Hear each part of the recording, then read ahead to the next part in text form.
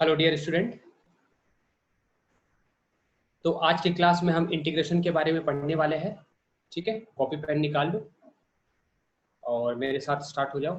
Topic लिखो integration, क्योंकि integration का फिजिक्स में बहुत ज़्यादा यूज़ है। ये मैथमेटिकल टूल्स का एक पार्ट है। जैसे हमने इससे पहले क्लास में आपको डिफरेंशिएशन पढ़ाया था। अगर आप इस वीडियो पर नए हो तो मैं आपको एक सजेस्ट करूंगा कि इस वीडियो के डिस्क्रिप्शन में आपको एक एप्लीकेशन मिलेगा। उस एप्लीकेशन को आपको डाउनलोड करना है। ठीक है, और उस एप्लीकेशन को डाउनलोड करने के फ़ायदे क्या है कि आपको जो भी मैंने अभी तक पढ़ाया है 23 लेक्चर्स के अराउंड, उसकी पूरी अपडेट्स मिल जाएगी, उसके प्रॉपर नोट्स मिल जाएंगे और डीपीपी अवेलेबल करा दिया जाएगा आपको उसमें। ठीक है स्टूडेंट, तो without wasting the time let's start.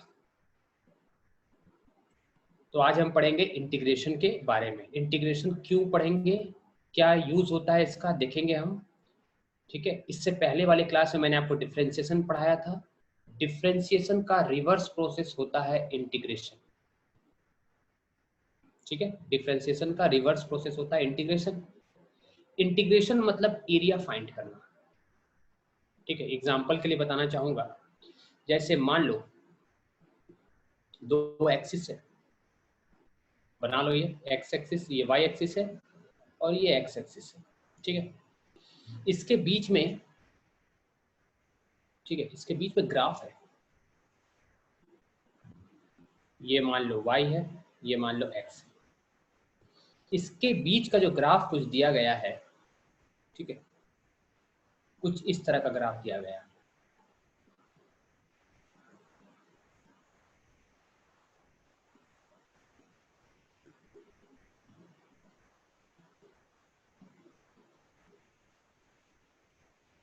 कुछ इस तरह का ग्राफ दिया गया है, ऐसा है ना। ये ग्राफ कैसे ऑब्टेन हुआ है, पॉइंट को प्लॉट करके। ठीक है, इसमें कई पॉइंट को आपने प्लॉट किया होगा, ये 0, ये 1, ये 2, ये 3, ये 4। वैसे यहाँ भी कुछ रहा होगा 1 2 3 4। मैं आपको ये बताना चाहता हूँ कि y कोऑर्डिनेट में और x कोऑर्डिनेट में, ये तो मैं जनरल एग्जांपल लिया हूँ। y की जगह में कोई भी फिजिकल क्वांटिटी हो सकता है। एग्जांपल डिस्प्लेसमेंट हो सकता है, वेलोसिटी हो सकता है, एक्सेलरेशन हो सकता है। ठीक है, और भी कोई फिजिकल क्वांटिटी को आप रिलेट कर सकते हैं। ग्राफ को पढ़ना बहुत ही सिंपल रहता है। ठीक है, ग्राफ को एनालाइज करना काफ़ी सिंपल रहता है, इसलिए हम ग्राफ पढ़ते हैं फिजिक्स में। क्योंकि आप गिवन डाटा को पढ़ना, उसको एनालाइज करना कम समय में टफ पड़ता है। ठीक है, एक्स कोऑर्डिनेट में टी हो सकता है, टाइम हो सकता है, डिस्प्लेसमेंट हो सकता है, कोई भी फिजिकल क्वांटिटी हो सकता है। मैं नाम नहीं बता रहा हूँ, कई एग्जांपल हो सकते हैं। मैं आपको ये बताना चाहता हूँ कि एक साइड वाई एक्सिस है और एक साइड एक्स एक्सिस है। ये पॉइंट को प्लॉट किया गया है और प्लॉट करने के बाद कुछ इस तरह का ग्राफ निकला है और हमें इसका एरिया निकालना है। तो एरिया कैसे निकालेंगे? ठीक है, मान लो इस पॉइंट को प्रोजेक्ट कर देंगे इस साइड, तो ये कोऑर्डिनेट क्या बताएगा x1, और इस पॉइंट को इधर कोऑर्डिनेट कर प्रोजेक्ट कर देंगे परपेंडिकुलर, एकदम सीधा स्ट्रेट लाइन से। कहने का मतलब यहाँ से, सुन लो, सीधा ऐसे प्रोजेक्ट कर देंगे और यहाँ से सीधा ऐसे प्रोजेक्ट कर देंगे। ठीक है, ऐसा कर देंगे तो आपको कैसा शेप मिल रहा है बताओ? ये एक तरह का कैसा शेप मिल रहा है? ये देखा जाए तो ये ट्रायंगल मिल रहा है। इसकी एरिया निकालनी है आपको। कैसे निकालोगे? तो आप जान रहे हो ट्रायंगल के फॉर्म में हाफ एरिया क्या होगा, half into base into height. Triangle का ही फॉर्मूला होता है। बेस की जगह में क्या है, 0 से x1, तो क्या लिखोगे, हाफ इंटू x1। और हाइट की जगह में क्या है, हाइट की जगह में ये पॉइंट मान लो y1 है, तो हाफ y1 लिखो। ये तो एरिया निकालना सिंपल था। क्यों निकालते एरिया? सवाल ये है क्यों निकालते हैं। मान लो अगर एक साइड वेलोसिटी दिया गया है और एक साइड टाइम दिया गया है। ठीक, अब सुनना ध्यान से। तो area under velocity time graph हमें क्या देगा, क्या देगा बताओ? Area under velocity time graph क्या देगा हमें? तो एरिया देगा वेलोसिटी इनटू टाइम, मतलब लेंथ इनटू ब्रेथ, वही तो करते हैं एरिया का। मतलब क्या होता है, इसका एरिया निकालना है, मतलब अगर ये ट्रायंगल के फॉर्म में है तो लेंथ इनटू ब्रेथ और हाफ मल्टीप्लाई कर रहे हैं, ऐसे निकालते एरिया। ठीक है, तो यहाँ पर यूनिट क्या है, मीटर पर सेकेंड वेलोसिटी का, और टाइम का सेकंड होता है, कैंसल, मीटर आया। तो मीटर क्या रिप्रेजेंट कर रहा है, डिस्प्लेसमेंट। ठीक है, तो area under velocity time graph हमें क्या दिया, डिस्प्लेसमेंट। अगर वेलोसिटी की जगह मान लो स्पीड रहता, ठीक है, मान लो अगर स्पीड रहता तो area under speed time graph क्या मिलता, स्पीड इनटू टाइम करता है। तो स्पीड यानी स्पीड इनटू टाइम क्या देता है, ठीक है, स्पीड इनटू टाइम यानी metre per second into time. ये हमें देगा सेकंड, सेकंड टाइम का हो गया second, second second cancel metre. और क्योंकि ये डिस्टेंस सॉरी स्पीड है, स्पीड वेक्टर क्वांटिटी नहीं है, स्पीड स्केलर क्वांटिटी है, तो स्केलर प्रोडक्ट स्केलर हमें मिलेगा, और कोई स्केलर कौन है, डिस्टेंस। तो एरिया निकालने का मतलब आपको समझ में आ रहा है कि दो फिजिकल क्वांटिटी आपके पास थी, या तो स्पीड या तो वेलोसिटी, और या तो टाइम, इनके बीच का ग्राफ दिया गया है। इसको एनालाइज करके आप डिस्टेंस निकाल लिए, डिस्प्लेसमेंट निकाल लिए।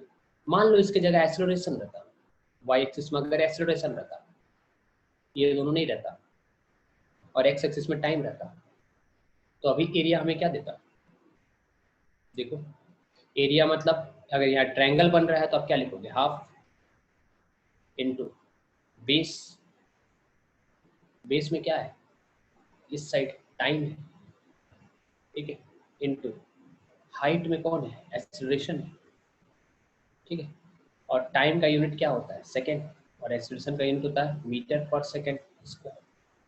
तो एक सेकेंड कट गया, क्या बचा, मीटर पर सेकेंड। क्या कहना चाहता हूं मैं कि area under acceleration time graph क्या देगा, मीटर पर सेकेंड दे रहा है, इसका मतलब ये वेलोसिटी देगा। समझ में आया, दो फिजिकल क्वांटिटी थी, एक्सेलरेशन और टाइम, दोनों के बीच का अगर एरिया आप निकालते हो, कैसा भी ग्राफ हो सकता है, ये ग्राफ को आप जानते हो, ग्राफ ऐसा भी तो हो सकता था इस तरह का, तो आपको क्या करना पड़ता है, इसको स्प्लिट करना पड़ता, एक पार्ट, दो पार्ट, तीन पार्ट, तीनों का एरिया निकाल करके ये रेक्टेंगल है, ये ट्रायंगल है, ये ट्रायंगल है, ये रेक्टेंगल ऐड करना। कैसा भी ग्राफ हो सकता था, मान लो ग्राफ ऐसा रहता, ठीक है, तो अगर आपको डिस्टेंस बोलता तो इसको भी निकालते, इसका एरिया दोनों का एरिया निकाल कर ऐड कर देते। अगर डिस्टेंस बोलता तो, अगर डिस्प्लेसमेंट बोलता तो इस एरिया को निकालते जिसका नाम था A1, इस एरिया को निकालते जिसका नाम था A2, और अगर डिस्प्लेसमेंट निकालने बोला जाए तो आपको A1 माइनस A2 करना पड़ता, लेकिन डिस्टेंस में दोनों को ऐड करना पड़ता। इसके बीच का ग्राफ में एक सारा काम किसके बीच में ग्राफ में होता, या तो स्पीड रहता या तो वेलोसिटी रहता, क्योंकि अभी आपको बताया कि speed area under speed time graph या area under velocity time graph हमें क्या देता है, क्या देता है, डिस्टेंस या डिस्प्लेसमेंट। समझ में आ रहा होगा। वर्क के बारे में तो आपने पढ़ा ही होगा, वर्क का फॉर्मूला क्या होता था, नाइन्थ में पढ़ा था, फोर्स इनटू डिस्प्लेसमेंट। तो अगर मान लो वाई एक्सिस में फोर्स है और एक्स एक्सिस में डिस्प्लेसमेंट है, वाई एक्सिस में फोर्स है और एक्स एक्सिस में डिस्प्लेसमेंट है, और इसके बीच का कुछ ग्राफ ऐसा, कैसा भी ग्राफ हो सकता है, जरूरी थोड़ी ऐसा ही हो, कैसा भी हो सकता है, तो इसका एरिया हमको क्या देगा, वर्क। आपको समझ में आ रहा है मैं क्या बोलना चाह रहा हूँ, कि एरिया एक किसी भी ग्राफ की एरिया निकालते हैं तो उसकी वाई कोऑर्डिनेट और एक्स कोऑर्डिनेट को मल्टीप्लाई करते हैं।